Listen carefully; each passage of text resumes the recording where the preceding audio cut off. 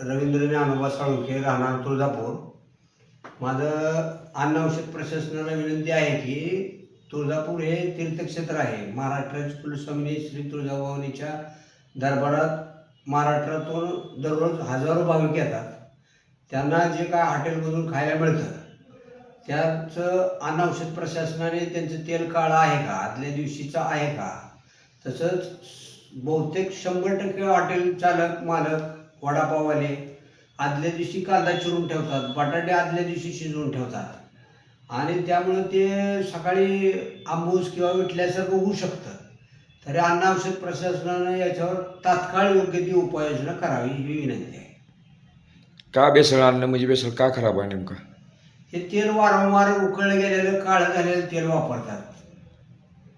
तसंच कांदे बटाटे हे आदल्या दिवशीच शिजवून ठेवतात किंवा चिरून ठेवतात. आता मागणी काय तुमची? तरी अन्न औषध प्रशासनानं यांना पायबंद घालावा.